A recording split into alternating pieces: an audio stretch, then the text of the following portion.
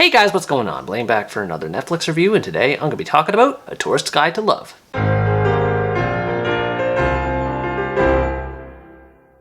A Tourist's Guide to Love is an American romantic comedy that tells the story of Amanda Riley, an executive for a professional travel tour company who's faced with an unexpected breakup from her boyfriend of 5 years. To get over the breakup, she travels to Vietnam to go on a tour and scout a potential purchase of the tour company, where she meets her guide Sin. The two hit things off well, and Amanda finds her rigid routine slowly becoming more flexible, as she realizes how wonderful and freeing traveling can be outside of an itinerary. However, she still has to maintain her cover while on the trip, which becomes hard to do as she and Sin develop an inevitable romance. I had a pretty good idea of what kind of movie this was going to be when going into it, and it ended up being just that. It's the same old travel-flavored rom-com where a girl goes to another country to find herself and ends up finding love in the process. It's not really bad in this sense, but it's not all that good either. Rachel Leigh Cook plays the lead role of Amanda, and she ended up being the best part of the movie for me. She does a great job playing the part of someone who's reeling over an unexpected change in her life and trying to figure things out from there. She's somewhat goofy in terms of personality, which can make her a bit overbearing at times, but she still ends up being a charming protagonist. She delivers her lines in such a convincing manner that makes her believable as someone who's lost and hurting, and it made me interested to see how the rest of her trip would turn out. The other lead character, Sin, wasn't near as interesting by comparison. He is charismatic and fits well in the role of being a tour guide to escort Amanda and everyone else, but compared to Amanda, he just felt bland and ordinary. There is a little bit of family history explored behind his character later on, and it's nice to see him revisited and see how it connects him to Amanda, but it takes too long to build. He never goes through any sort of arc in the movie, so while he is nice and likable enough, he just never held my attention. The romance between these two characters proceeds exactly as one might expect it to. The two meet, spend time together, learn about each other's backgrounds, and eventually kiss and fall in love, while a lingering crisis slowly approaches in the background. The formulaic approach to the romance isn't very intriguing, though I do like the chemistry between the two characters. They share a lot of fun banter between each other that's heartwarming to see, and it's nice how Sin helps Amanda realize her potential and what she hopes to achieve, even if this sentiment is just as stale as the romance itself. It all revolves around this template of one brand of values versus another. Amanda is more rigid and predictable, while Sin is more of a free spirit who wants to go on an adventure and discover things instead of seeing them. And this is the one thing about these two that makes their dynamic at least slightly interesting. One of the things I didn't like about the romance, apart from its formulaic nature, is the way the movie tried to incorporate Amanda's ex, John, into the story. At a certain point, he shows up out of nowhere and throws a wrench into Amanda's plans, and the way it happens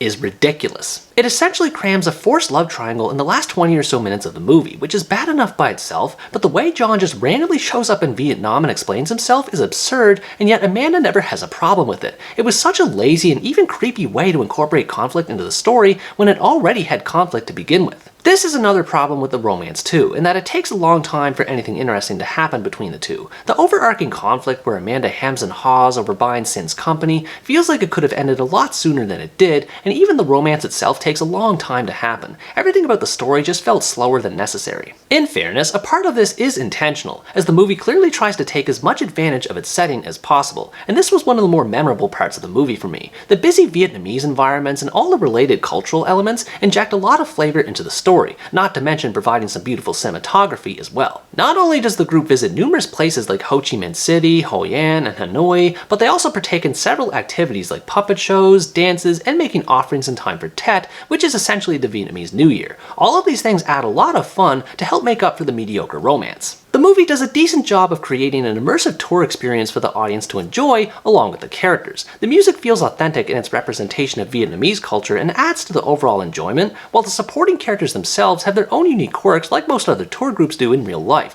although the solo traveler Alex is a little weird, to put it mildly. As expected, the movie also features a healthy dose of comedy to go along with the romance. There is some silly slapstick in it here and there, but it's not so overt that it becomes annoying, and there are plenty of funny lines and situations to help balance those parts out too. I think my favorite bit of comedy has to be the part where Sin and his group visit his grandmother. She is easily the funniest and most adorable character in the movie, as she refers to Amanda as the Google Translate lady and always makes Sin blush with her comments. For me, there's not much else to say other than that it remains a bog standard rom-com with a lot of simple messages behind it, such as starting over, realizing one's true potential, and trying to make the most out of one's life in general. All of it can be summarized into one basic point about embracing the unexpected when life doesn't go according to plan and trying new things to expand horizons. These are all things that have been done to death in many other rom-coms like this one, and it seems they won't be going away anytime soon. There is some merit behind it though, in that it doesn't try to be anything more than a simple feel-good romance flick. While I prefer movies with a bit more substance behind them, I still had fun watching some parts in this one. Overall, A Tourist's Guide to Love is an average rom-com that does the bare minimum to avoid being completely unremarkable, mostly thanks to its setting. If you like rom-coms, love to travel, and want to watch an easygoing story that combines both concepts,